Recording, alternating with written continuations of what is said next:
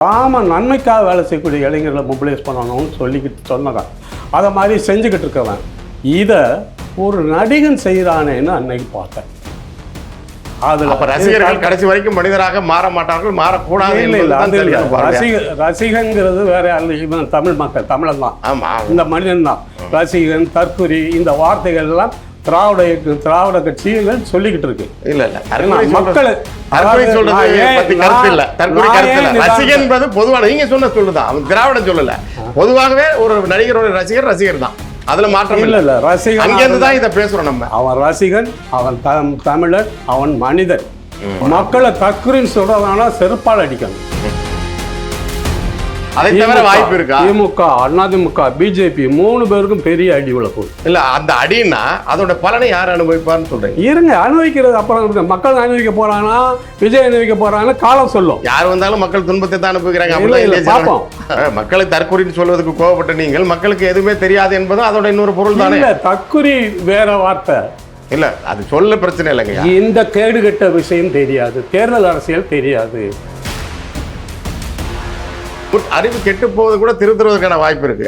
அறிவற்ற ஒரு பெருங்கூட்டமாக ஒரு நடிகனை வழிபடுகிற ஒரு வணங்குகிற வழிபாட்டு முறையை நம்ம நீங்கள் அவர்களை எப்படி தற்கொலை என்று சொல்பவர்களை கடுமையாக சாடுகிறீர்களோ, இவர்கள் மனநிலை வளராமல் இருப்பது என்பது நாட்டிற்கு, தமிழ்நாட்டுக்கு, தமிழ் மக்களுக்கு பல இடங்கள்ல ஏரி குளங்கள் ஆழப்படுத்துறாங்க, ஆறுகளை ஒழுங்குபடுத்துறாங்க, சீமக்கருளை எடுக்கிறாங்க. யாரு? என்னுடைய உங்கள் மாணவர்கள். விஜய் மக்கள் இயக்கமோ தாவேக்கவோ என்ன செய்கிறது? அவங்க இதெல்லாம் நினைச்சு கூட பார்க்க முடியாது. இந்த பால் பொருளாதாரம், முட்டை, பண்ணை, இதெல்லாம் வச்சு இங்க பொருளாதாரத்தை செழிக்க செய்ய முடியும் அவர் பேசிக்கிட்டே இருக்காரு எல்லா பக்கமும். தம்பி ஆட்சிக்கு முதலமைச்சர் நான் உட்கார்ந்தவனே செய்வேன். ஏன் இது 15 வருஷம் அவர் அப்படி சொல்லவே இல்லை. நான் முதலமைச்சர் ஆவதற்கு எனக்கு ஓட்டு வேணாம், நீ இதை புரிஞ்சுக்க, முதல்ல அரசியல் தெரிஞ்சுக்கோ. இல்லைங்க, எவ்வளவு உணர்வுபூர்வமான பிள்ளைங்க இருக்காங்க. நான் உங்களை மட்டும் இருக்க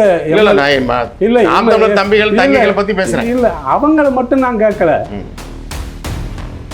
இவரு சினிமால இருந்து வந்ததுனால இந்த இதுதான் மேலதான் இருக்கு. இல்ல அப்படி எனக்கு கூட வாழ்க்கை முழுவதும் தியாகம் பண்ணவங்களையோட தான் சினிமாவை ஒத்துப்பிட்டு பாக்குறேன். மணிவண்ணன் நானும் எனக்கு நல்லா தெரியும். இல்ல அது இல்லைங்க, இல்ல கிராமங்களை தத்தெடுப்பதற்கு அவருடைய வார்த்தைகளால ஈர்க்கப்பட்டவர். அவரு மணிவண்ணன் எல்லா தோழர்கள் மேலேயும் எனக்கு நான் வைக்கக்கூடிய விமர்சனம் இல்ல. அது ரொம்ப எளிமையா இருக்கிற நடைமுறை சிக்கல்களை தாண்டி எல்லாரும் விமர்சனம் வைக்கிறாங்க. ஆக்கப்பூர்வமான விமர்சனத்தை எடுத்து இல்லை, நான் எனக்கு இருக்குங்க. அதாவது 15 ஆண்டுகள் பெரிய காலம் அல்ல. அதை விரிவா ஏன்னா நீங்க அரசியலை கற்பிக்கிற இடத்துல இருந்து நம்ம நடிகர்கள் இல்ல வந்தோடனே பெருங்கூட்டம் வருது, கூட்ட அரசியல் தான். இல்ல அதெல்லாம் இது இப்படியே பார்க்க மக்களுக்கு மாற்றம் வேணும்னு நினைச்சா இவன் கொடுப்பான் போட்டு தெரிஞ்சு மாற்றி ஓட்டு போடுறான். அது என்ன நடக்குதுன்னு நடக்கட்டும், காலம் தான் சொல்லணும். அதுதாங்க மாற்றம் வரட்டும். மாற்றத்தை யாராலும் தடுக்க முடியாது. இல்ல, நாம் ஆசைப்படக்கூடிய மாற்றம் இங்க இல்ல, கோட்டையில இல்ல. நம்ம பண்ணை இயற்கை அங்காடி. தொடர்புக்கு 87 54 44 92 99. இன்று நம்மோடு உலக தமிழர் தோழமை கழகத்தின் தலைவர் மரியாதைக்குரிய பாவல் சங்கர் அவர்கள் இணைந்திருக்கிறார். அவரோடு தமிழ்நாடு அரசியல் நிலவரம் குறித்து பேசுவோம். ஐயா வணக்கம். வணக்கம் தம்பி, வணக்கம். இந்த தேர்தலில் தமிழக வெற்றிக் கழகம் களமிறக்கப்பட்டிருக்கிறது.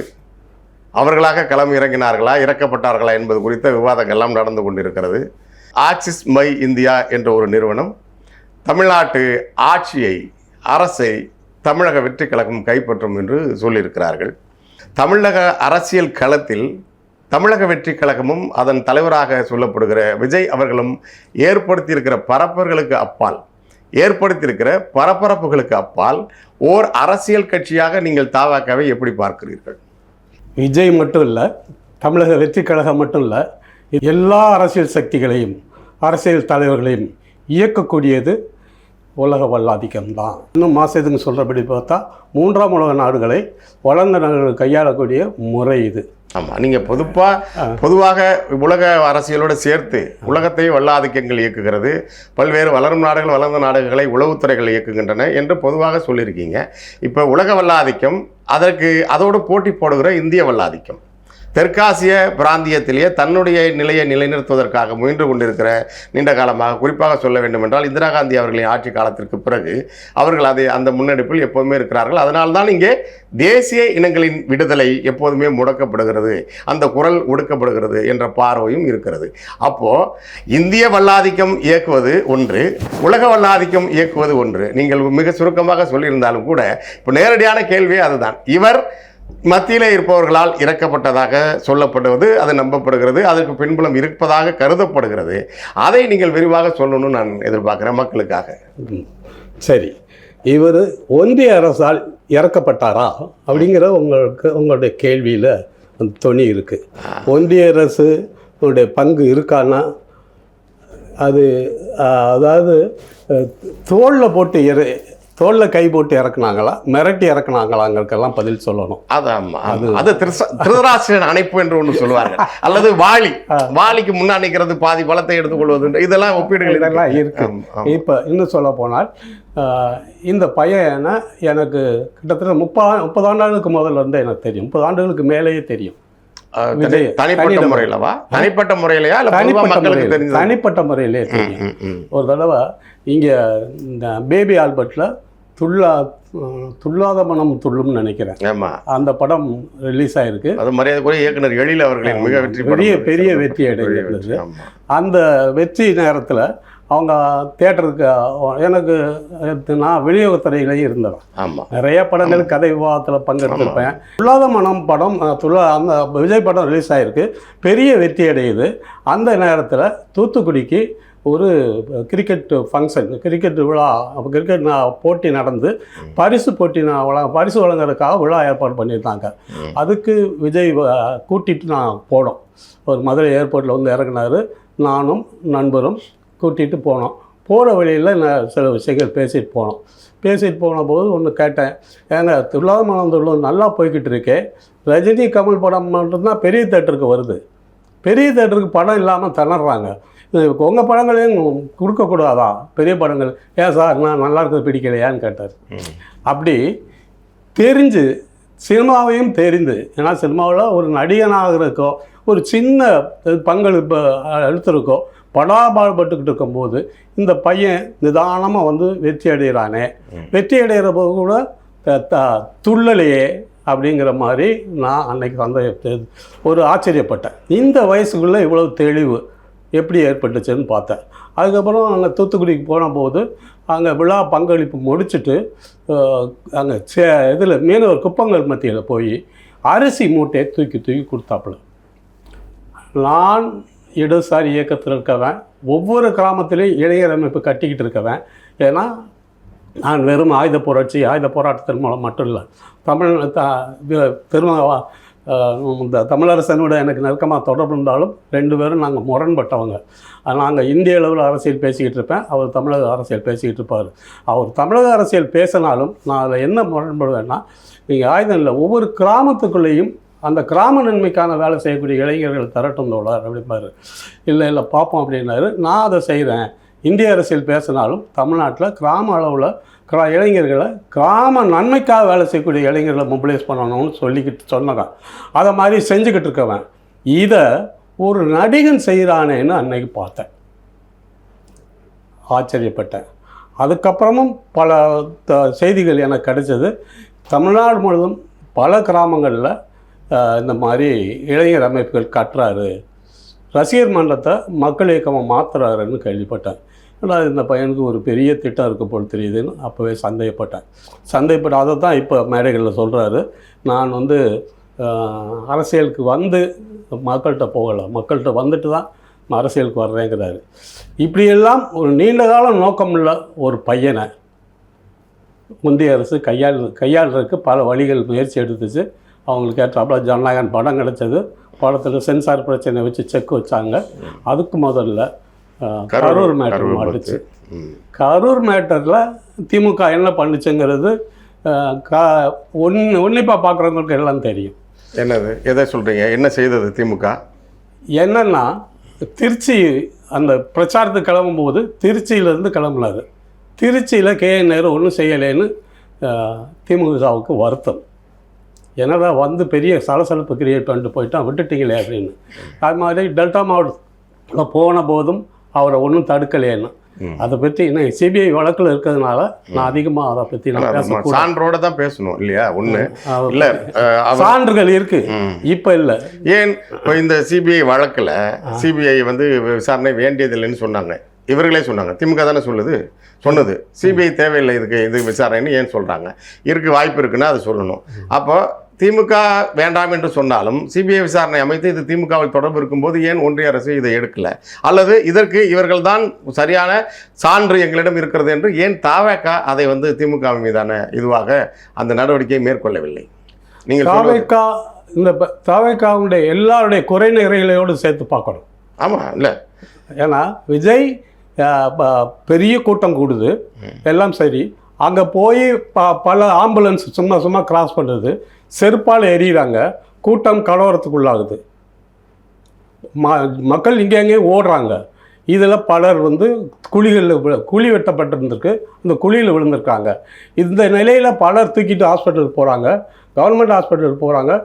எல்லாரும் உயிருக்கு ஆபத்தான நிலையில் போனாங்களா இல்லை மயக்க நிலையில் போனாங்களாங்கிறது சிபிஐ கண்டுபிடிச்சு சொல்லணும். அப்புறம் செருப்பு வீசியது என்று நீங்கள் சொன்னது போகும்போது அந்த இளைஞர் இவரை அழைக்கிறார், இங்கே கீழே விழுந்துட்டாருன்னு சொல்கிறாரு, தெளிவான காணொலி இருக்கு. ஒரு ரசிகன் செருப்பால் எரிவானாங்கிறத லாஜிக்கலாக பார்த்தா இதுக்கு பதில் கிடைச்சிடும். இல்லை, ஏன்னா ஆடுறது திமுக, ரசிகன் ஆட்சியை கையில வச்சிருக்கிறது டிஎம்கே. அவங்க எதை வேணாலும் கட்டலாம். ஆனால் இப்ப என்னன்னு சொன்னா இல்ல, இரண்டு தரப்பையும் நம்ம பேச வேண்டியிருக்கு. இரண்டு தரப்பு ரைட்டு, இரண்டு தரப்புனாலும் ஆடுறவங்க நீங்க சொன்னபடி ரசிகன் எரிய மாட்டான். ஆனால் ஒரு ஆபத்து, தன் உயிரே ஒரு உயிர் பறி போகும்போது அவன் மனிதனாக மாறாமல் ரசிகனாக இருந்தால் அவன் மனிதனே இல்லை என்ற பார்வையும் இருக்குதானே? ரசிகன் அதுவும் வெறித்தனமான ரசிகர்கள் கூட்டத்துக்கு உடைய ஒருத்தன் செருப்பு எறிகிறான்னா அவனுடைய மனோபாவத்தை எறிகிறதுக்கு பெருசா மனோபாவ நிபுணர்கள்லாம் தேவையில்லை. அதுல ரசிகர்கள் கடைசி வரைக்கும் மனிதராக மாற மாட்டார்கள், மாறக்கூடாது. ரசிகன்கிறது வேற அல்ல, இவன் தமிழ் மக்கள், தமிழன் தான். ஆமா, இந்த மனிதன் தான் ரசிகன். தற்குறி இந்த வார்த்தைகள் எல்லாம் திராவிட கட்சிகள் சொல்லிக்கிட்டு இருக்கு. மக்கள் ரசிகன் என்பது பொதுவான, நீங்க சொன்ன சொல்லுதான், அவன் திராவிடம் சொல்லல, பொதுவாகவே ஒரு நடிகரோட ரசிகர் தான். அதுல மாற்றம் இல்ல. ரசிகன் அங்கிருந்து தான் இதை பேசுறோம் நம்ம. அவன் ரசிகன், அவன் தமிழன், அவன் மனிதன். மனிதனாக இருந்தால் மக்களை தற்குறின்னு சொல்றதுனால செருப்பால் அடிக்கணும். இவ்வளவு கடுமையாக நான் சொல்றேன். ஏன்னா மக்களை நேசிக்கிறவன் தான் அரசியல்வாதி. ஆமா, மக்களை இவன் பிராண்ட் பண்றதுக்கு இவன் நாய் யார்?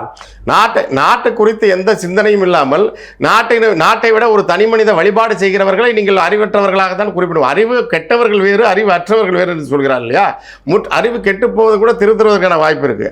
அறிவற்ற ஒரு பெருங்கூட்டமாக ஒரு நடிகனை வழிபடுகிற ஒரு வணங்குகிற வழிபாட்டு முறையை நம்ம வந்து நீங்கள் அவர்களை எப்படி தற்கொலை என்று சொல்பவர்களை கடுமையாக சாடுகிறீர்களோ, இவர்கள் மனநிலை வளராமல் இருப்பது என்பது நாட்டிற்கு, தமிழ்நாட்டுக்கு, தமிழ் மக்களுக்கு, நீங்கள் குடிபெயர தமிழ்நாட்டில் வாழுகிற எல்லாருக்குமான இழிவு அப்படிங்கிற அடிப்படையிலிருந்து அதையும் பேச வேண்டியிருக்கு. அதையும் பேசணும். ஐயா, ஒரு மூத்த நீங்கள் குறிப்பிட்டது போல, நீங்கள் ஏற்கனவே ஒன்று சொன்னதுலேருந்து நான் திரும்பி வரேன். மக்கள் இயக்கம், ரசிகர் மன்றத்தை மக்கள் இயக்கமாக மாற்றினார் தம்பி விஜய் எப்போ 30 ஆண்டுகளுக்கு முன்னேன்னு சொல்றீங்க. மக்கள் இயக்கம் என்றால் என்ன என்ற கேள்வியை உங்களிடம் எழுப்ப வேண்டியிருக்கிறது. ஏன்னா நீங்கள் மக்கள் இயக்கத்திலிருந்து வந்தவர். யாரை சொன்னீர்கள்? தமிழ் தேசிய தலைவர் தமிழரசன் அவர்களை சொன்னீர்கள். தமிழரசனோடு முரண்பட்டதாக சொன்னீர்கள். இடதுசாரி அமைப்புகளிலிருந்து வந்தீர்கள். உண்மையான மக்கள் இயக்கத்தில் வந்த ஒருவர் நடிகர் சங்கத்திற்கு பெயரை, நடிகர் ரசிகர் மன்றத்துக்கு பெயரை மக்கள் இயக்கம் என்று மாற்றியதாலே அவர் ஒரு மாபெரும் மக்கள் இயக்கத்தை கட்டியதாக நம்புவதே நீங்கள் ஏற்கனவே வந்த பாதையிலிருந்தே ஒரு பெரும் முரண் இருக்கிறது. இது குறித்து நீங்கள் மக்களுக்கு மக்கள் இயக்கம் என்றால் என்ன? எல்லா ரசிகர்களும், எல்லா ரசிகர் மன்றமும் இருக்கின்றன. எல்லா நடிகர்களும் நற்பணி மன்றங்களாக ரசிகர் மன்றத்தை மக்கள் இயக்கமாக மாற்றுகிறார்கள். ஆனால் அவையெல்லாம் மக்கள் இயக்கமா என்பதையும் நீங்கள் ஐயா தயவு கூர்ந்து பேச வேண்டியிருக்கிறது. சரி, மக்கள் இயக்கம் என்ன, மக்கள் இயக்கம் எப்படி இருக்கணும் விவாதிக்கணும் அப்படின்னு சொன்னால் நான் முழுமையாக வெளியே வந்து சொல்லணும். வெளியே வந்துன்னு சொன்னால் நான் என்ன செஞ்சுக்கிட்டு இருக்கேன், என்ன செய்யணும், இவங்க எல்லாரும் என்ன செய்யறாங்க, எதுக்காக செய்யறாங்கிறதெல்லாம் நம்ம அது சரி. ஆனால் இதை மக்கள் இயக்கமாக ஒப்பிடுவதோட காரணம் அபிமானம். எல்லாரும் மக்கள் தான். மக்கள் இயங்குனா இயக்கம்தான். ஆனால் அது எதுக்காக இயங்குதுங்கிறதெல்லாம் கருத்து வேறுபாடு. அதுதாங்க. அப்ப தற்கொலை சொல்பவர்களை கடுமையாக சாடும் போது ஏன்னா அரசியல் விழிப்புணர்வு இல்லாத ஒரு கூட்டத்தை நாம வந்து கற்பிக்கணும். அரசியல்னா என்னன்னு கேட்பேன் நான். ஆமா, அததான் கேட்போம், அதெல்லாம் பேசுவோம். இல்ல நான் என்ன அரசியல் தெரியாதவங்க மக்கள் அத்தனுக்கும் அரசியல் தெரியும். இல்லங்க, அது அப்படி அப்படி வாய்ப்பே இல்ல. அப்படி உருவாக்கல நீங்க திராவிட இயக்கம். இல்ல அரசியல்னா என்னங்கிறது வந்துடும். சொல்லுங்க, திராவிடம் பேசுறது அரசியலா? இல்ல, நம்ம அப்படி சொல்ல அரசியல் என்பது திராவிடமா, அது தேர்தல் அரசியல் அதுதாங்க மக்களுக்கானது. மக்களுக்கு என்ன தேவையோ அதுக்கு ஒவ்வொரு இளைஞனும் ஒவ்வொரு மனிதனும் அன்றாட அந்த பகுதியில் இருக்க மக்களுக்காக செயல்பட்டால் அது காவல்துறையினால பாதிப்பு வருது, குடிநீர் பிரச்சனைனால பாதிப்பு வருது, தண்ணீர் குடிக்க தண்ணி இல்லை, அதுதான் ஏன் இவ்வளவு கோபம்? அதுதானே அரசியல். அதுதான். அதாவது பல பகுதிகளில் இன்னைக்கு என்னுடைய மாணவர்கள் அத்தனை பேரும் பல இடங்கள்ல ஏரி குளங்கள் ஆழப்படுத்துறாங்க, ஆறுகளை ஒழுங்குபடுத்துறாங்க, சீமக்கருளை எடுக்கிறாங்க. யாரு? என்னுடைய உங்கள் மாணவர்கள். விஜய் மக்கள் இயக்கமோ தாவேக்கவோ என்ன செய்கிறது? அவங்க இதெல்லாம் நினைச்சு கூட பார்க்க முடியாது. 67 வரையிலும் இந்த தமிழ்நாட்டை ஆண்ட காங்கிரஸ் கட்சியும் என்ன செஞ்சுச்சுன்னு கேட்போம். கேளுங்க. அதுதான் செஞ்சதா? அதுதானே சொல்றோம், செய்யல. இல்ல, ஜாதி கலவரத்தை மூட்டுச்சு. ஜாதி கலவரம் முடிஞ்ச உடனே நாடு முழுவதும் ஹெலிகாப்டர்ல ஜோலி ஃப்ளோராங்கிற வேலிக்காத்தான போட்டு தமிழக மக்கள் யாரும் விவசாயம் பண்ண முடியாத அளவுக்கு தடுத்துச்சு. காவிரி டிஸ்பியூட்ல இருந்து எல்லா டிஸ்பியூட்டும் வரவழைச்சு. வெள்ளக்காரன் முதல்ல செஞ்சுட்டு போயிட்டான். சோலைக்காடுகள் எல்லாம் அழிச்சு எஸ்டேட் போட்டு ஜீவ நதியா இருந்தக்கூடிய ஆறுகளை பாதி நாட்கள் வந்து மழையில தண்ணி வந்துடும், வெயில் காலத்துல சோலைக்காடுகள்ல இருந்து தண்ணி வரும், ஜீவநதி இந்த ஆறுகள் எல்லாம் சாகடிச்சான். அதுக்கப்புறம் காங்கிரஸ் வந்துட்டு பெரிய பெரிய டேம் கட்டுச்ச வெளியே அந்த நதிநீரெல்லாம் எனர்ஜிக்கு பயன்படுத்த வெளியே அந்த டேமை எங்கேயும் செக் டேம் போடவே இல்லை, ஒரு செக் டேம் கூட கட்டலை. ஆமாம், தடுப்பணைகள் கட்டப்படவில்லை. ஏன்னா அவங்களுக்கு வேளாண்மை அவங்க நோக்கம் இல்லை. அவங்களும் இயக்கப்பட்டாங்க. அந்த இயக்கப்பட்டதுனால அதனால தான் ஜாதி கலவரம் திட்டமிட்டு உருவாக்கப்பட்டுச்சு. இந்த குற்றச்சாட்டு கடுமையாக சொல்வேன். அது வந்து வெறும் காமராஜர் மட்டும் பண்ணாங்கன்னு ஒரு கட்டத்தில் நிறுத்திடுவாங்க. நேருக்கு இதில் பங்களிப்பு இருக்கு. நேருக்கு பின்னாடி பிரிட்டிஷ் ஃபோர்ஸுக்கு பங்களிப்பு இருக்கு. ஏன்னு சொன்னால் வெறும் முத்துராமலிங்க தேவரை பாதிக்கணுங்கிறதுக்காக, முத்துராமலிங்க தேவரை உள்ளதுக்கு போடணுங்கிறதுக்காக மட்டும் கலவரம் தூண்டி வைக்கப்பட்டதுன்னு ஃபார்வர்ட் பிளாக் ஆட்கள் சொல்லலாம். ஆனால் அது மட்டும் அவங்களுக்கு நோக்கம் இல்லை. அதாவது தமிழக வேளாண்மை அழிக்கணுங்கிறது தான் நோக்கம். அதான் வேளாண்குடி மக்களுக்குமான இவர்களுக்குமான வேளாண்குடி மக்கள் ரெண்டு பேருமே வேளாண்குடி மக்கள். தேவேந்திரனும் தேவர்களும் தான் வேளாண்மை பண்ணிக்கிறாங்க. அவங்க நிலத்தை விட்டு வெளியே போறதுக்கு வழியை பண்ணாங்க. அதான் நேதாஜி சொல்லுவாரு, அதாவது ஆங்கிலோ அமெரிக்கனுடைய சதியை புரிந்து கொள்ள என் நாட்டு அறிவுஜீவிகளுக்கு 50 ஆண்டுகள் ஆகும் அப்படின்னு சொல்லுவார். அதனால ஏன் ஜாதி கலவரம் நடந்தது இன்னைக்கு வரையும் அறிவுஜீவிகள் கூட அதை ஆய்வு செய்யலை. ஏன் வேலிக்காத்தான் முள் போடப்பட்டுச்சு அப்படிங்கிறது தெரியும். காமராஜர் பீரியடில் வேலிக்காத்தான் போடப்பட்டது. அடுத்து வந்த கருணாநிதி பீரியடில் யுக்கலிப்டஸ் போடப்பட்டுச்சு. ஏன் இது நடந்தது? ஜான் சல்லிவனே நீங்கள் சொன்னபடி சோலைக்காடுகளை அழிக்கிறதுக்கு அங்கே வந்து அந்த தேயிலை வளர்வதற்குன்னா காற்றின் ஈரப்பதம் குறைக்கணுங்கிறதுக்காக அந்த யூக்லிப்டஸ் தைல மரங்களை கொண்டு வந்து எங்கே பார்த்தாலும் அங்கே நடுறாங்க. எங்கள் நீலகிரி மாவட்டத்தில் அது பிரிட்டிஷே கொண்டு வந்துருச்சு தேயிலை தோட்டங்களில். அதுதான் இப்போ என்ன நீங்கள் சொன்ன மாதிரி கருணாநிதி தொடங்கி அதுக்கு அடுத்து வருது இப்போ இருக்கிற ஆட்சியாளர் வரைக்கும் சமூக வன காடுகள் என்ற பெயரில் சமூக நல காடுகள் என்ற பெயரில் இவர்கள் அந்த கொடுமையான நாட்டை பாலைவனமாக்குற அந்த யூக்லிப்டஸை தொடர்ந்து செஞ்சது. இதுதான் அரசியல் என்று அவர்கள் நினைத்துக் கொண்டிருக்கிறார்கள். அப்போ புதிதாக வருகிறவர்கள் இது என்னன்னு அவங்க வந்து காங்கிரஸும் சரி அடுத்து வந்த திமுகவும் சரி, அதாவது ஜனங்களுக்கு நன்மை செய்யறதாக ஒரு தோற்றத்தை கொடுத்து அதான் விளம்பர அரசியல் தான். சமூக விளம்பர அரசியல் கூட மன்னிச்சு விடலாமா? இல்லைங்க, 1000 ரூபாய் கொடுத்துட்டு 100 கோடி செலவு பண்ணி விளம்பரம் செய்வதை எப்படி மன்னிக்க முடியும்? அது கூட. ஆனால் இந்த மண்ணை அழிப்பது தாங்க முடியாது. அதுதான் அவர்களுடைய நோக்கம். மக்களுக்கு எதிராக சிந்திக்கிறது. நான் மக்களை எதிர்த்து ஒரு வார்த்தை சொன்னானே நான் கொதிக்கிறேன்.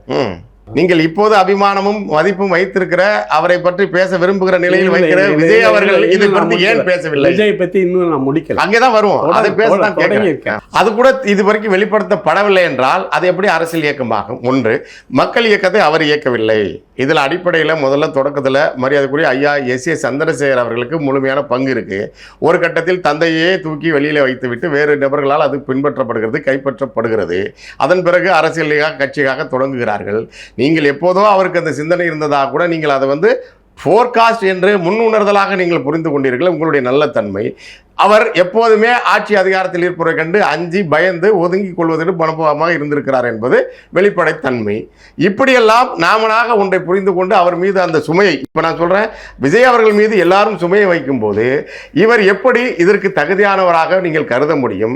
ஊடகவியலாளர்கள் காசுக்கு பேசுகிறவர்கள் அவருக்கு ஒரு பிம்பத்தை கட்டமைக்கிறார்கள். இது விஜய்க்கு மட்டுமல்ல, நீண்ட நெடுங்காலமாக மரியாதைக்குரிய எம்ஜிஆர் அவர்கள் தொடங்கி, கமலஹாசன் தொடங்கி, விஜயகாந்த் அவர்கள் தொடங்கி இந்த ஊடகம் என்னெல்லாம் செய்து வந்ததை அறிந்தவர் நீங்கள். இப்போது அப்படி உருவாக்குகிற ஒரு பிம்பமாகத்தான் அது பெருவாரியாக புரிந்து கொள்ளப்பட்டிருக்கிறது. நகரங்களை தவிர, திமுக மீது வெறுப்பு இருக்கிற பகுதிகளை தவிர, அவர் பெருந்துறையில் ஒரு பெரியவர் 60 வயது பெரியவர் சொன்னார், தனிப்பட்ட காரணங்களுக்காக கட்சி தொடங்கினார், அவர் தன்னுடைய படம் தான் பெரும் பிரச்சனையாக பேசிக் கொண்டிருக்கிறார், மக்கள் பிரச்சனை எதுவுமே பேச மாட்டேங்கிறார் என்பது ஒரு கிராமத்திலே சிற்றூரில் இருக்கிற ஒரு பெரிய மனிதருக்கான புரிதலாகவும் இருக்கிறது தமிழ்நாட்டில். இப்போ இயக்க பின்னணியிலிருந்து வந்த நீங்கள் இந்த இன்னும் தெளிவாக சொல்ல வேண்டும் என்பதற்காக இந்த கேள்வி எழுப்புகிறேன். நீங்கள் விஜய் மற்றும் நான் அந்த கட்சி மக்கள் இயக்கம் என்று உங்களால் சொல்லப்படுகிற ரசிகர் மன்றம், அந்த ரசிகர்களால் தான் இப்போ மொத்தமாக குழுமி இருக்கிறது. விஜய்க்கு அரசியல் புரிதல், அவர் பொதுச் செயலாளருக்கு அரசியல் புரிதல், அந்த தொண்டர்களுக்கு அரசியல் புரிதல் இருக்கிறதா? அது ஏன் உருவாகவில்லை? இப்படி நடிப்பு துறையிலிருந்து வந்தவுடனே நேரடியாக முதலமைச்சராக ஆக வேண்டும் என்பது ஒவ்வொருவரும் விரும்புவது, எண்ணுவது அரசியல் இயக்கத்திலிருந்து வந்த உங்களுக்கு சரியான பார்வையாக படுகிறதா? இதை மையமாக வைத்து நாம் இந்த உரையாடலை தொடரலாம் என்று நினைக்கிறேன். சரி, என்னுடைய நோக்கம் அரசியலிருந்து சினிமாவுக்கு வந்தது. ஆமாம், நம்ம எல்லாரும் கருணாநிதியிலிருந்து அண்ணாதுரையிலிருந்து, அண்ணாதுரையும் சினிமா நாடகத்திலிருந்து வந்தவர் தான். கருணாநிதியும் காகிதப்பூ கதாநாயகன் தான். காகிதப்பூவில் நாடகங்களும் நடிச்சிட்டு வந்தார். அவருடைய பையன் முத்துவையும் நடிகனாக்கணும் முயற்சித்தார். ஸ்டாலின் முயற்சித்தார். இல்ல, அவர்கள் எல்லாரும் திரைத்துறையை பயன்படுத்தி கொண்டார்கள் தங்கள் பயணத்திற்கு. இல்லை இல்லை இல்லை இல்லை, சினிமா துறையில் பெரிய இடத்துக்கு வர வேண்டும், சினிமாவை ஆட்சி செய்ய வேண்டும், அதுக்கு பிறகு நாட்டை கைப்பற்ற வேண்டும். இங்கே கருணாநிதி வந்து நாடகத்தின் மூலம், சினிமாக்கள் மூலம் அரசியல் பிடிக்கணும்னு வந்தார். அதுக்கப்புறம் அரசியலில் தந்தை அரசியலில் இருந்தாலும் அதை பயன்படுத்தி சினிமாவை கேப்சர் பண்ணணும்னு ஸ்டாலின் முயற்சி எடுத்தார், முத்து முயற்சி எடுத்தார், உதயநிதி முயற்சி எடுத்தார், இன்பநிதியும் அது செஞ்சுக்கிட்டு. அப்போ நீண்ட காலமாக இந்த திரைத்துறை ஊடகம் தமிழர்களுக்கு எதிராகவே திட்டமிட்டு பயன்படுத்தப்பட்டு வருகிறதா? எல்லா ஊடகங்களும் தமிழ் மக்களுக்கு விரோதமானது தான். மக்களை திட்டுறதுன்னா அவங்களுக்கு அல்வா திங்கிற மாதிரி இருக்கும். அதில் வந்த வார்த்தை தான் என்னுடைய கடுமை. மக்களுக்கு தற்கூரின்னு சொல்கிறதுல எல்லா மிடில் கிளாஸ், இந்த நடுத்தர இருக்க போலிகள் இருக்காங்களே, போலி அறிவாளி, ஜூடோ இன்டலெக்சுவல் சொல்லுவாங்க, போலி அறிவுஜீவிகள், அவங்க எல்லாருக்கும் மக்களை திட்டணும்னா அல்வா திங்கிற மாதிரி. அவனை இன்னும் மோசமாக காட்டு மாதிரி அண்டிம்மா ஒன்றும் தெரியாதுமா ரசிகர் கொஞ்சம். ஆட்சியாளர்களுக்கு சாமரம் வீசுவாங்க. ஆட்சியாளர்கள் வந்து கடவுள்மா, அதான் அவர்களுக்கு சாமரம் வீசுவார்கள், நிற்பார்கள். அது சரிதான். ஏன்னா கருணாநிதி யாருன்னு இவன் தெரியாதா? அண்ணாதுரை எம்ஜிஆர் முகம் போதுமே எனக்கு ஓட்டு விழுன்னு சொல்லலையா? அங்க அந்த தளத்தில் உட்கார்ந்துட்டே, அதாவது கருணாநிதி சொன்னார், எம்ஜிஆருடைய எம்ஜிஆர் மூலம் ஓட்டு வாங்கிட்டு எம்ஜிஆரே திட்டினார். அது மாதிரி சினிமாக்காரன் எல்லாரும் திட்டினார், விசிலடிச்சாங்க கொஞ்சம்னாரு. அதே இதுதான் இன்னைக்கு வரையிலும் தொடருது. ஆனால் இவங்க அவங்கள குறை சொல்ல அதே நேரத்தில் அதை விட மோசமான இடத்துல இருக்காங்கங்கிறது மக்களுக்கு போய் சேரலை. யார் பிறர் சினிமா நடிகர்கள் விமர்சனம் பண்ணக்கூடிய சோகால்டு பொலிட்டிஷியன், அவங்க அரசியல்வாதின்னே நான் ஒத்துக்கிற மாட்டேன். ஆனால் இந்த தேர்தல் பெருசா மாற்றம் வரப்போகுதுன்ற பணத்தை வாங்கிட்டு என்ன மாற்றம்? இதுவரையிலும் யார்கிட்ட வந்து பணம் வாங்கினாங்களோ அவங்களுக்கு ஓட்டு போட்ட அந்த மக்கள் மாத்தி ஓட்டு போட போறாங்க. வாக்குப்பதிவு முடிஞ்சிருச்சு, மாட்டாங்க. இன்னும் 2 நாள்ல அந்த செய்தி வரும். ஏன்னா அவ்வளவு வெறுப்பு. அது சரிதான், அது வெறுப்பு இருக்கு. அவ்வளவு வெறுப்புனா அது யாரை அறுவடை செய்வதாக நீங்க கருதுகிறீங்க? யாரோ ஒருத்தன் அறுவடை பண்றான். அறுவடை பண்றதுக்கு நம்ம தயாரா இல்லை. அரசியல்வாதி நான் தயாரா இல்லை. அரசியல்வாதிகள் தயாரா இல்லைன்னா பரவாயில்ல, ஜனநாயகத்துல மக்கள் எடுக்கிற முடிவு முக்கியமானது. ஆட்சி மாற்றம் நடக்கும் என்பது நீங்கள் சொல்வதிலிருந்து புரிந்து கொள்ளலாமா? ஆமா, அதாவது ஆட்சி மாற்றம் என்றால் ஏற்கனவே இருக்கிற அண்ணா திராவிட முன்னேற்ற திமுக தான் மாத்தி இருப்பாங்க. அதை தவிர வாய்ப்பு இருக்கா? திமுக, அதிமுக, பிஜேபி 3 பேருக்கும் பெரிய அடி உள்ள போகுது. இல்ல, அந்த அடின்னா அதோட பலனை யார் அனுபவிப்பார்னு சொல்றீங்க? இருங்க, அனுபவிக்கிறது அப்புறம் மக்கள் அனுபவிக்க போறானா விஜய் அனுபவிக்க போறான்னு காலம் சொல்லும். யார் வந்தாலும் மக்கள் துன்பத்தை தான் அனுப்புகிறாங்க. இல்ல பார்ப்போம். ஆனால் இது முடிச்சுட்டு போவோம். ஏன் யாராவது இவனை பத்தி யாரும் இப்ப பேச மாட்டேங்கிறாங்க. எல்லாம் விஜய் பற்றும் பேச மாட்டாங்க. என்ன பேசுறாங்க? இல்ல என்னன்னா இப்ப எல்லாருமே சினிமாவில் தான் வந்தான்னு யாராவது சொல்றாங்களா? இறையன் உட்பட இல்லையே. இல்லையா சினிமாவிலிருந்து முதலமைச்சர் நடிக்கிறாரு இல்லையா? நீ நடிச்சுட்டு தானே வந்த. இப்ப அங்க நடிச்சா இங்க நடிக்கிறேன்னு சொல்லணுமா இல்லையா? அவங்க சினிமாவுக்கு வந்தாங்க, சினிமாவிலேருந்து இவர் வந்தார், அது பிழை இல்லை. அது மட்டும் போதுமா என்ற இடத்துல இருந்து நம்ம பேசுவோம். கேட்க இல்ல போதுமாங்கிறது கேட்போம், வருவோம், அடுத்து கடைசியில் வருவோம். ஆனால் எல்லாரும் குற்றவாளின்னு முதல்ல தள்ளுங்க. அது தெரிஞ்சதுனால தான் மக்கள் மாற்றம். மக்களுக்கு இன்னும் தெரியாது. இல்ல தெரியுங்க, தெரியாது. ஏன்னு சொன்னா இதுவரையிலும் கட்டமைச்சது இந்த கருத்தோட்டம் தான். கருத்து உருவாக்கத்தை அவர்கள் செய்வார்கள் தொடர்ந்து. திராவிடர் அண்ணாதுரை செஞ்சது தான், கருணாநிதி செஞ்சது தான், அடுத்து ஸ்டாலின் செஞ்சது தான், அழகிரி பண்ண எல்லாருமே அதான் பண்ணாங்க. மக்களை தற்குறின்னு சொல்வதற்கு கோவப்பட்ட நீங்கள் மக்களுக்கு எதுவுமே தெரியாது என்பதும் அதோட இன்னொரு பொருள் தானே. தற்குறி வேற வார்த்தை இல்ல, அது சொல்ல பிரச்சனை இல்லைங்க. இந்த கேடுகட்ட விஷயம் தெரியாது, தேர்தல் அரசியல் தெரியாது, தேர்தல் அரசியல் எவ்வளவு தில்லுமுள்ளு நடக்குதுங்கிறது தெரியாது. தேர்தல் அரசியல் தெரியாதவர்கள் தேர்ந்தெடுப்பதை நம்ம எப்படி ஏற்றுக்க முடியும்? ஒருவேளை விஜயை அவர்கள் தேர்ந்தெடுக்கிறார்கள் என்றால் அதை நீங்கள் எப்படி சரியானது என்று நான் ஏத்துக்கிறேன்னா இல்லையாங்கிறதுன்னு நான் சொல்லலையே. தேர்தலில் என்ன நடக்கலாம்னு சொல்ல வர்றேன். அதான் நான் உங்களை சொல்லலை, உங்களை என்பது சமூகம். என்ன நான் சொல்ல வர்றேன்னா, என்ன இந்த கூட்டம் 50-60 வருஷம் பண்ண லூட் அடிச்ச அந்த கொள்ளக்கூட்டம் இந்த வெள்ளத்தில் அடித்து செல்லப்படணும்னு ஆசைப்படுறேன். அது நல்லதுதான், அது வரவேற்கத்தக்கது தான். அவ்வளவுதான். ஆனால் நாடு யார் கைக்கு போகணும் என்பது இருக்கு இல்லையா? யார் மக்கள் ஒரு முடிவு எடுக்கிறான், இவங்களெல்லாம் தூக்கி போடுறதுக்கு முடிவு எடுத்துட்டான். அவங்களுக்கு தான் அரசியல் தெரியலையே, அரசியல் புரிதல் இல்லையே. தேர்தல் அரசியல் புரியல. பணம் கொடுத்தா இதுவரையில வேணா பணம் கொடுத்தா அவனுக்கு ஓட்டு போடணும் அப்படின்னு தான் புரிஞ்சிருந்தான். அவன் தற்குறி இல்ல. உங்களை போன்றவர்கள் இல்ல இதை மக்களுக்கு விழிப்புணர்வை செய்யணும் இல்லையா? இல்ல அவனை என்னுடைய அப்பன் கல்லுடைக்கிற தொழிலாளி, அவருக்கு தெரியாம இல்ல கல்லுடைச்சுக்கிட்டு இருந்தாரு. எங்க அம்மா களை எடுத்துக்கிட்டு இருந்தாங்க. என் பகுதியில பூரா வறுமைதான். வறுமையெல்லாம் ஏன் இருக்குதுன்னு வறுமையிலிருந்து வெளியேறதுக்கு தான் காங்கிரஸை தூக்கி எறிஞ்சாங்க. திமுக எவ்வளவு இந்த அக்கிரமம் பண்ணதுலாம் தெரியாது அவங்களுக்கு. அப்போ 1967 காங்கிரஸ்ங்கிறது கள்ள நோட்டு கொடுத்தாங்க ஓட்டுக்கு. ஆமா, காசு கொடுத்துருக்காங்க வாக்கு. கையநாடாருங்கிற ஒரு சிவகாசியை சேர்ந்தவர் அவரு தான் கொடுத்தாரு. ஏன் 3 ரூபா கொடுத்தா என்னன்னு காமராஜர். இந்தியாவின் ஊழலின் ஊற்றுக்கடாக காங்கிரஸ் தான் இருந்தது வரலாறு. காங்கிரஸை தூக்கி எறின்னு தான் நினைச்சாங்களே வெளியே. ஜாதி கலவரத்தை மட்டும் அடுத்து யார் வரப்போறான்னு அவங்களுக்கு தெரியாது.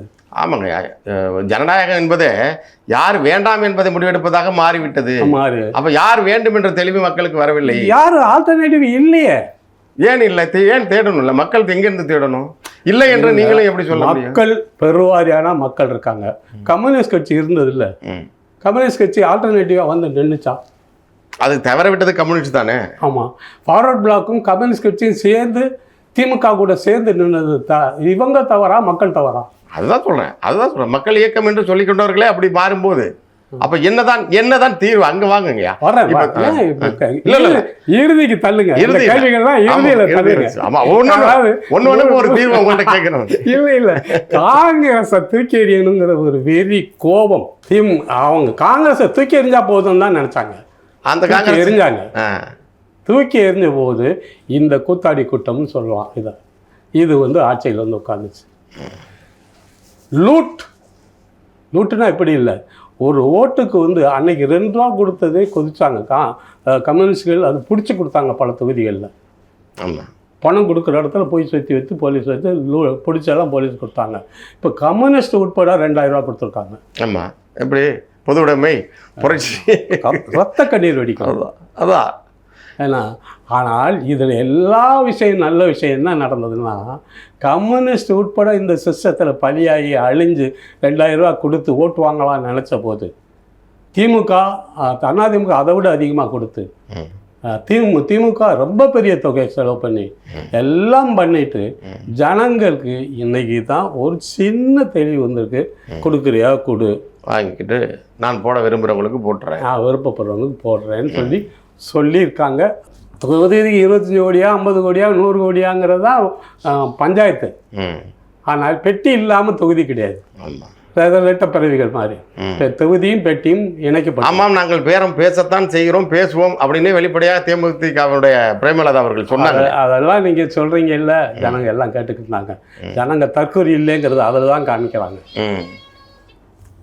அவ்வளோதான் அவங்களுக்கு தெரியுது. ஆமா, எல்லாம் எல்லாம் வாங்கிக்கிட்டீங்க, எங்களை ஓட்டுக்கு காசு வாங்கக்கூடாதுன்னு சொல்றீங்களேடா, என்னடா நான் மட்டும் கேனைங்களான்னு சொன்னாங்க. அதுலேயும் என்னன்னா, இவ்வளோ காலம் ஓட்டுக்கு காசு வாங்கிட்டு அவங்களுக்கே ஓட்டு போட்ட ஜனங்க இந்த தடவை மாற்றி போட்டிருக்காங்கங்கிறத சொல்றதுக்காக தான் நான் இன்னைக்கு வந்திருக்கேன். அதை தான் கேட்டுக்கிட்டே இருக்கேன். நீங்க சொல்லலையே, மாற்றி போட்டிருக்காங்க. சரி, மக்கள் எங்கள் அம்மா அப்பா மாற்றி போட்டாங்க, படிக்காதவங்க தான். ஆனால் அறிவற்றவங்க சரி பாவம், அந்த நாணயம் காசு கொடுத்துட்டான் அவனுக்கு போடுவோம் அப்படின்னு போட்டாங்க. ஆனால் 67ல் 2 ரூபா வாங்கிட்டு மாற்றி போட்டாங்க. இன்னைக்கு 2000 ரூபா வாங்கிட்டு போட்டு மாற்றி போட்டுருக்காங்க. அவ்வளோதான், அவ்வளோ தெரிஞ்சிருக்கு மாற்றி போடுவாங்க. இதெல்லாம் அந்த ஜனங்களுக்கு அறிவை கொடுக்கக்கூடிய, ஒன்றும் இல்லைடா, கோட்டையில் இருந்து ஒன்றும் பொடுங்க முடியாது, கோட்டையில் எது செஞ்சாலும் அவன் விடமாட்டான், வேல்டர் விடமாட்டான்.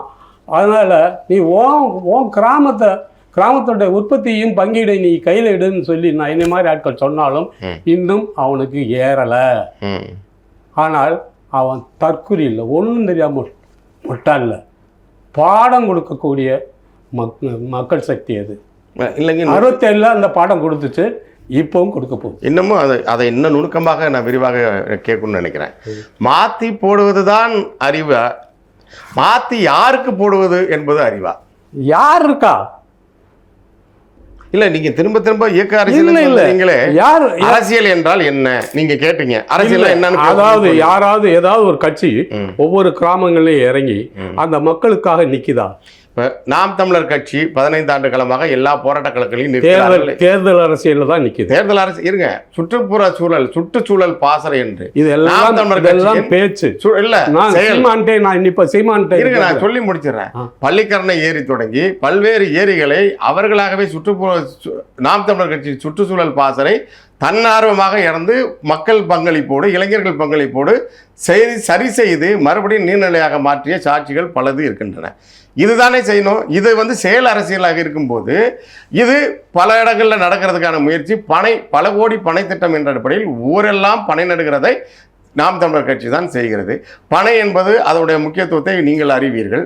அப்போது மரம் நடுவது, இது போன்ற செயல்களை அப்போ நீங்கள் சொன்ன நீர் ஆதாரத்தை உருவாக்குவது, இதை திமுக செய்யலை. நீங்கள் சொல்லுங்கள், சுற்றுச்சூழல் பாசறைக்கு நற்பெயர் வர தொடங்கிய பிறகு நாம் தமிழர் கட்சியின் சுற்றுச்சூழல் பாசறை பேரெடுக்க தொடங்கி 60 ஆண்டுகால கட்சி என்று 49ல் தொடங்கிய திமுக அண்மையில் தான் சுற்றுச்சூழல் பாசறை தொடங்குகிறார்கள். அவ்வளவு பெரிய வலிமையை, அந்த மாற்றத்தை உருவாக்கி இருக்கிறார்கள். நீங்கள் கிராமத்தில் வேலை செய்யலை, எந்த கட்சியும் செய்யலைன்றீங்க.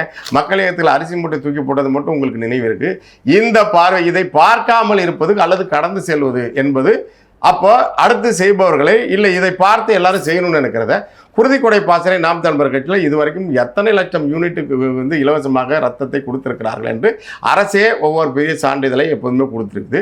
இது அரசு கொடுத்துருக்குன்னா அரசு நிறுவனம் என்பது இவங்க சரியாக செயல்படான்னு கொடுத்துருக்கு. இது போல தாவேக்கா செய்ய தொடங்கணும், அல்லது ஏற்கனவே இருக்கிற அமைப்புகள் செய்ய தொடங்கணும். நீங்கள் சொன்னீங்கன்னா அது சரியானதாக இருக்கும். நாம் தமிழர் கட்சியோ தலைமை ஒருங்கிணைப்பாளர் சீமான் அவர்கள் மீதானோ நீங்கள் வைக்கிற கருத்து என்பது வேறு, அந்த செயல்பாடுகளை முற்றாக கடந்து செல்ல முயல்வது. அப்போ யார் இருக்கா என்ற கேள்வி 15 ஆண்டு காலமாக எல்லா போராட்டங்களிலும் கிட்டத்தட்ட லட்சக்கணக்கான போராட்டங்களுக்கு அனுமதி கொடுத்தோம் என்று ஸ்டாலின் அவர்கள் சொல்கிறார். நாங்கள் 22,000 போராட்டத்துக்கு எங்கள் ஆட்சி காலத்தில் போராட்டத்துக்கு அனுமதி கொடுத்தோம் ஐயா எடப்பாடி அவர்கள் சொன்னார். இந்த எல்லா போராட்டங்களிலும் நின்ற ஒரு கட்சியின் ஒருங்கிணைப்பாளராக சீமான் அவர்கள் இருக்கிறார். இது விட இப்போ இருக்கிற நடிகராக வந்துட்டு மக்கள் மாற்றி போட்டு விட்டார்கள் என்பதாகவே அது அரசியல் மாற்றமாக கருதலாமா, நீங்கள் அதை பேசலாமா என்ற புள்ளியிலிருந்து இதுக்கான விரிவான விளக்கத்தை கேட்குறேன். இது நடக்கிறது அரசியல் மாற்றம் இல்லை, தேர்தல் அரசியலே அரசியலாக எடுத்துக்கிறது கிடையாது. அதை தான் நாம் சொல்கிறோம், இந்த அமைப்பே மாற்ற வேண்டியிருக்கு. இல்லை, தேர்தல் அரசியலே அரசியல் அல்ல, அது பெரிய வணிகம். நான் சொல்கிறேன், எல்லா சீமானுக்கும் கூட, சீமானு என் தம்பியாக தான் பார்க்குறேன். நான் என்னன்னு அவருக்கு இருக்க இந்த சக்தியை அவர் நினைச்சாருன்னா ஒவ்வொரு கிராமத்திலையும் உற்பத்தியை கையில் எடுக்கக்கூடிய இளைஞர்களை மோட்டிவேட் பண்ணார்லாம்.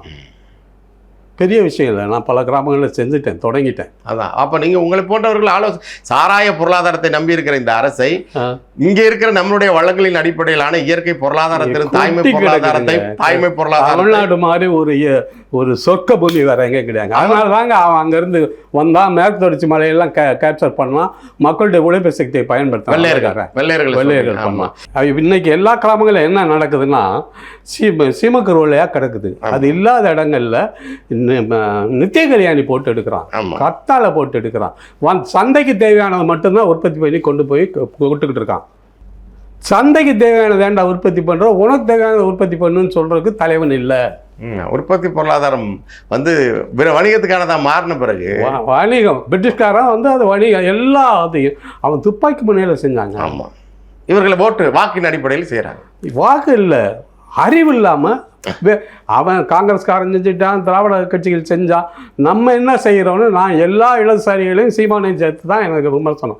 என்னுடைய சகோதரர்களாக நினைச்சு தான் எனக்கு அவங்க மேலே கோபம். சரி, அதை இல்லைங்க, என்ன எதுவுமே செய்யாத எதை பற்றியும் அறியாத விஜய் இருங்க இவன் இல்லைங்க நீங்க சொல்ற மாதிரி அவங்க ஜனங்க ஏன் ஓட்டு போடுறாங்கங்கிற காரணத்தையும் சொல்லிட்டேன்.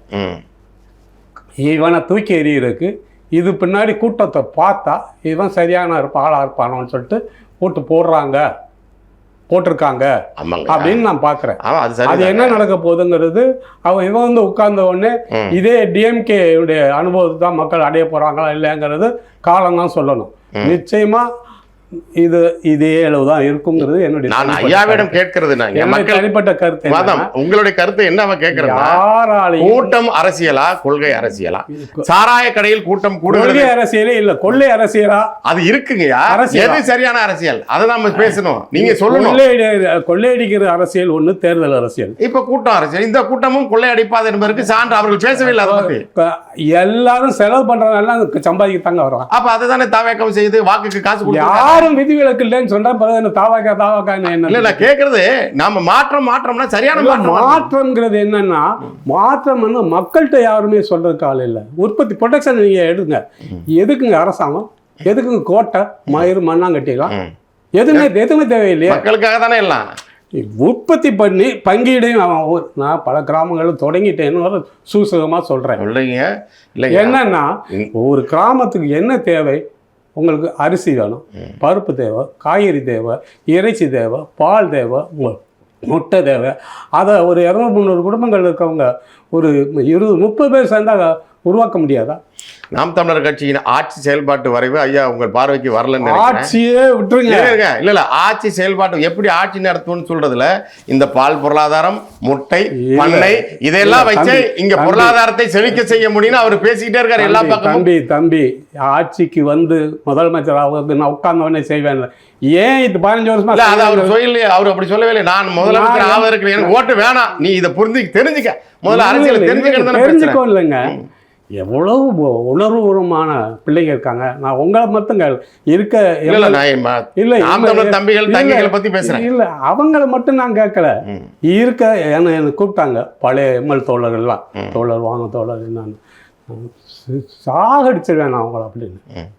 நான் கேட்கக்கூடிய கேள்வியெல்லாம் கேட்டு என்னையா நீங்க பண்றீங்க, பிடுங்குறீங்க? ஒரு காலத்தில் அறுவாலை தூக்கி இருந்தோம், 10-20 வெட்டினோம், எல்லாம் பண்ணோம், எல்லாம் சரியா போச்சா? தேர்தல்கள் புறக்கணிச்சோம், என்ன செஞ்சோம்? வெகுமக்கள் அரசியல் வந்த பிறகு இல்லை, என்ன செய்கிறோம்? அதுதாங்க வார்த்தைகளை போட்டுக்கிட்டே இருக்கோம். அதுதான் அரசியலா மாறிடுச்சு. மார்க்சிங்கிறது உற்பத்தி சார்ந்தது தானே. ஆமா, உற்பத்தியை கையில் எடுத்தோமான்னு கேட்டேன். கூலிகளாக வைத்திருப்பதும் போராட்டமா? அதுக்கு தான் ஒரு அமைப்பா? அதான் ப்ரொடெக்ஷன் இல்லைங்க. அங்கே வவுனியா காட்டுக்குள்ளே இருந்துக்கிட்டு கிளிநொச்சியிலேருந்து 1.5 லட்சம் பேர் வர்றாங்க. அவங்களுக்கு எல்லாத்துக்கும் சோறு போட்டாரா இல்லையா? அதுதான் எப்படி போட்டாரு? தன்னிறைவு பெற்ற நாடாக நடத்துறதுக்கான உற்பத்தி கையில் எடுத்தார்ல. மாவோயிஸ்ட் பண்ணுறாங்கல்ல, தண்டகரையன் கார்டு ஃபுல்லாக கேப்சர் பண்ணுறாங்க. அவங்க சொல்கிறாங்க தமிழ்நாடுகள் இங்கே ரூல் பண்ணியிருப்பாங்க படுத்துட்டு, தமிழ்நாட்டில் இருக்க தானியமெல்லாம் இங்கே உற்பத்தி நடக்குது தோழர்கள்றாங்க. நம்ம ப்ரொடக்ஷன் கையில் எடுக்கிறாங்கல்ல. இங்கேயும் நான் செய்கிறேன்ல பல இடங்களில். ஒன்று ஐடியில் இருக்குது, வராங்க, ஒரு வெறுப்பாக இருக்குது. இந்த வேலை விடணும்னு முடிவு எடுத்துட்டீங்கன்னா ஒன்று செய்யுங்க, கொஞ்சம் நிலங்களை வாங்க, முதல்ல காடுகளை வளங்க, அப்புறம் இடைவெளி இருக்கிற இடங்கள்ல தானியங்களை போடுங்க, காய்கறி போட்டுக்கோங்க, ஆடு மாடு கோழி மான் பல இடங்கள்ல அது நடந்துகிட்டு இருக்கு. ஆமாம், சீமான் அவர்கள் பேசியதை கேட்டு தான் நான் இந்த வேலையை விட்டுட்டு இதுக்கு வந்தேன்னு பல பேர் பதிவு பண்ணியிருக்காங்க, அதை செய்யணும். அதான் செஞ்சுட்டு. ஆமாம், இல்லை அதுதாங்கய்யா, ஒரு கிராமத்தை ரூலிங் பண்ணணும். இந்த அரசு தேவையில்லைன்ற அதுதான் அரசு என்பது எதுக்கு மக்களுக்கானது. இந்த கோட்டைக்கு வந்து ஒன்றும் கொடுக்க முடியாது. ஆமாம், ஒரு கிராமம் இந்த நேரம் 15 வருஷத்துல 15,000 கிராமங்களை இன்னைக்கு சீமான் ரூல் பண்ணியிருக்க முடியும். இவரு சினிமாவிலேருந்து வந்ததுனால இந்த இதுதான் மேலே தான் இருக்கு. இல்லை அப்படி எனக்கு கூட வாழ்க்கை முழுவதும் தியாகம் பண்ணவங்களையோட தான் சீமானை ஒப்பிட்டு பார்க்குறேன். ஏன்னா அது ஒரு மணிவண்ணன் நானும் எனக்கு நல்லா தெரியும். இல்லை அது இல்லைங்க, இல்லை கிராமங்களை தத்தெடுப்பதற்கு அவருடைய வார்த்தைகளால ஈர்க்கப்பட்டவர். அவரோட மணிவண்ணன் எல்லா தோழர்கள் மேலேயும் எனக்கு நான் வைக்கக்கூடிய விமர்சனம் இல்லை, அது ரொம்ப எளிமையாக இருக்கிற நடைமுறை சிக்கல்களை தாண்டி எல்லாரும் விமர்சனம் வைக்கிறாங்க. ஆக்கப்பூர்வமான விமர்சனம் தான் எடுத்து இல்லை. நான் எனக்கு இருக்குங்க இருக்கு. அதாவது 15 ஆண்டுகள் பெரிய காலங்க. அல்ல அதை விரிவாக ஏன்னா நீங்கள் அரசியலை கற்பிக்கிற இடத்துல இருந்து நம்ம நடிகர்கள் இல்லை வந்தோடனே பெருங்கூட்டம் வருது, கூட்ட அரசியல் தான். இல்லை இல்லை அதல்ல, இது இப்படியே பார்க்க மக்களுக்கு மாற்றம் வேணும்னு நினைச்சான் இவன் வந்து கொடுப்பான் போட்டு தெரிஞ்சு மாற்றி ஓட்டு போடுறான். என்ன நடக்குதுன்னு நடக்கட்டும், காலம் தான் சொல்லணும். அதுதாங்க மாற்றம் வரட்டும். மாற்றத்தை யாராலும் தடுக்க முடியாது. இல்லை, நாம் ஆசைப்படக்கூடிய மாற்றம் இங்கே இல்லை, கோட்டையில் இல்லை. இல்லை, இப்போ வல்லாதிக்கம் இயக்குவதாக சொன்னீங்க பொதுவாக. ஆனால் நீங்கள் ஏற்கனவே முன்பு ஒரு முறை விஜய் கார்பரேட்டால் இயக்கப்படுகிறவர் இறக்கப்படுகிறவர் என்று பேசியது நினைவிருக்கிறது. எல்லாரும் யாரும் விஜய் குறிப்பிட்டே பேசியிருக்கீங்க. இல்லை, யாரும் அந்த அதில் வந்து விதிகளுக்கு இல்லைங்கிறது உண்மை. எல்லாரும் யாரும் என்கிட்ட வந்து மனசாட்சியோடு உட்காந்து பேச சொல்லுங்கள், நாங்கள் வந்து கார்பரேட் தொடர்பு இல்லாமல் இருக்கோம்னு சொல்லி. தொடர்பு என்பது வேறு, கார்பரேட்டுக்கு வேலை செய்வது கார்பரேட் என்று சொல்லப்படுகிற தேர்தல் இருக்கிறதுனால கார்பரேட்டுக்கு தானே வேலை செய்கிறேன். இல்லைங்க, இப்போ SBI சொல்லியிருக்கு, ஸ்டேட் பேங்க் ஆஃப் இந்தியாவோட இது வந்து இது வரைக்கும் தேர்தல் நிதி பத்திரம் வாங்காத ஒரே கட்சி நாம் தமிழர் கட்சின்னு சொல்லுது. முதலாளிகளுக்கு வந்து எதிர்க்கக்கூடிய முதலாளிகள் வந்து தண்ணீரை விற்பனை செய்வது எவனுக்கும் அவங்க உரிமை இல்லை, அதனால அது முதல்ல தடை செய்யப்படும்னு ஆட்சி செயல்பாட்டு வரவில்லை சொல்கிறாங்க. தண்ணீர் தனியாருக்கு கிடைக்குது, மக்களுக்கு ஏன்டா இலவசமாக கொடுக்க முடியல நல்ல குடிநீர்னு கேள்வி எழுப்புறாங்க. எந்த கட்சியும் எழுப்பல. தண்ணீர் கொடுக்க முடியல, கல்வி சரியான கல்வியை தரமான கல்வியை இலவசமாக தர முடியல, மருத்துவத்தை அந்த தலைமகனுக்கும் முதல் குடிமகன் தொடங்கி முதலமைச்சர் தொடங்கி சாதாரண மக்களுக்கும் சமூகமாக இருக்க வேண்டிய சரியான தரமான மருத்துவத்தை அரசு தரவில்லை, அதை தருவதுதான் முதல் கடமை என்று சொல்றாங்க இல்லையா. இவர்கள் நீங்க சொல்லுகிற பன்னாட்டு நிறுவனங்கள் முதலாளிகளுக்கு வந்து மாற்றான அவர்களுக்கு எதிரான கருத்துக்களை முன்வைத்து பேசும்போது அது எப்படி கார்பரேட்டுக்கான இதாகும் நாம் தமிழர் கட்சி நீங்கள் எப்படி அதே அளவில் பார்க்க முடியும்? விஜய் அவர்கள் முதலாளிகளால் இயக்கப்படுகிறார் என்ற ஒரு பார்வை இருக்கிறது. நீங்கள் அதை நீங்களே பேசியிருக்கிறீர்கள். இப்போது மாறிவிட்டாரா? அப்படி எப்படி மாற முடியுமா அவரால்? அல்லது நீங்கள் எல்லாருமே யார் எவ்வளவு கோடி வாங்குறாங்க, பிஜேபி தொடங்கி காங்கிரஸ் தொடங்கி திமுக எல்லாரும், அதிமுக எங்கெங்கே எவ்வளோ வாங்குறான்னு தெரிஞ்சு அவர்களாம் கார்பரேட்டின் கைக்கூலிகள் அல்லது முதலாளிகளின் சேவர்கள், அதானி நிறுவனம் அம்பானி நிறுவனம் அப்படிங்கிறதெல்லாம் மக்களுக்கு வெளிப்படையாக தெரிகிறது. பெரும்பான்மை மக்களுக்கு தெரியல, உங்களை போன்றவர்கள் எடுத்து சொல்லணும். அதனால நீங்கள் சொல்லுகிற மாற்றம் மே 4ஆம் தேதி நிகழும், அதை நம்ம கவனிப்போம். அடுத்து நம்ம மிக முக்கியமான நான் மீண்டும் சொல்றேன், தேர்தல் அரசியல் இருக்கவங்க மேல எனக்கு பெருசா நம்பிக்கை இல்லை. அது விஜயா இருக்கட்டும் யாரா. சரி, இந்தியாவில் வேற என்ன மாற்று இருக்கிறது? நான் இவ்வளவு நேரம் என்ன மூச்சு உடச்சு பேசுனேன், நெஞ்சு வெளி வரும். யார் செய்வது? யார் செய்யறது? அந்த மக்கள் தான் செய்யணும். அந்த மக்களுக்கு ஏன் நீண்ட காலமா நீங்க இயங்கி கொண்டிருக்கீங்க, மக்களை அந்த இடத்துக்கு கொண்டு போய் சேர்க்க முடியலையே, ஏன் உங்களால் தயார்படுத்த முடியல? அந்த அளவுக்கு இன்னும் பாயிலிங் கண்டிஷன் வரல போல் தெரியுது. அப்படிதான் நான் என்னென்ன ஆர்வம் அந்த பப்ளிங் பாயிண்ட் 1, 2 வந்திருக்கு. பல கிராமங்கள்லாம் நடத்திக்கிட்டு இருக்கேன். ஆனால் அதை நான் பெருமையாக சொல்ல முடியாது. என்னுடைய எதிர்பார்ப்பு பெருசு. இல்லை, ஆனாலும் அந்த முதல் அடியை எடுத்து வைக்கிறதே முக்கியமானது தானே. அதை ஒரு இத்தனை வருஷம் ஆச்சு. அதை தான் சொல்றேன். அப்போ சொன்னாம்பா இருக்கேன். அப்போ 15 ஆண்டுகள்ல ஒட்டுமொத்த 15,000 கிராமத்தையும் ஒரு நாள் மாற்றிட முடியாது நடைமுறை உங்களுக்கு தெரியும் தானே. நான் சீமானை பார்க்கிறேன், பார்ப்போம். பார்ப்போம். இந்த தேர்தல் இந்த இது வெற்றி தோல்வி, அதாவது வென்றால் மகிழ்ச்சி இல்லாட்டி முயற்சி அப்படிங்கிறாருல, ரைட்டு. ஆனால் இதில் கவனம் இருக்கட்டும். இதை பற்றி நான் தப்பு ஒன்றும் இல்லை. ஏன்னா இளைஞர்கள் அதை நினச்சி நம்பி இருக்கான். அப்போ அந்த நேரத்தில் இது போக சில இளைஞர்கள் கிராம நிர்வாகத்தை கையில் எடுக்கக்கூடிய ஆர்வமுள்ள இளைஞர்கள் எனக்கு ஒரு 10 கிராமத்தில் இளைஞர்களை எனக்கு கொடுக்க சொல்லுங்க, நான் கும்பிடு போட்டு வேலையை முடிச்சிடுவேன். சரி, நான் அவரை ஒட்டு மொத்தமாக நாம் தமிழர் இயக்கமே டைவர்ட். எனக்கு சில கிராமங்களில் இருக்கக்கூடிய ஒரு சில கிராமங்களில் இருக்கக்கூடிய ஒரு 10 இளைஞர்களை என்ன கொடுங்க, நான் ஒன்றும் கட்சிக்கு எந்த கட்சியும் இல்லை, அந்த கிராமத்தின் நிர்வாகத்தை கையில் எடுக்கிறதுக்கு நான் அவங்கள பண்படுத்துவேன், முயற்சி எடுக்கிறேன். எனக்கு சீமான் எனக்கு தம்பி தான், இதன் வாயிலாக நான் அவர்கிட்ட இருக்க ரொம்ப கேள்வி கேட்க சில இளைஞர்களை கொஞ்சம், ஏன்னா பல இடங்களில் ஏறி ஆழப்படுத்திக்கிட்டு இருக்காங்க, சீமக்குருவலை எடுத்துக்கிட்டு இருக்காங்க, எராடிகேட் பண்ணுறாங்க. இங்கேயும் நாங்கள் இப்போ தொடங்கியிருக்கோம். இத்தனை நாளும் தென் தமிழ்நாட்டில் மட்டும்தான் செஞ்சுக்கிருந்தேன். இப்போ வட தமிழ்நாட்டிலையும் ஒரு ஏரியை ஒழுங்கு பண்ணிக்கிட்டு இருக்கோம். ஏதாவது கிராமங்களில் இளைஞர்கள் அந்த மக்களை நேசித்து அந்த மக்களுக்கு தேவையான செய்ய ஆர்வம் உள்ள இளைஞர்களை எனக்கு கொஞ்சம் அறிமுகப்படுத்துங்க.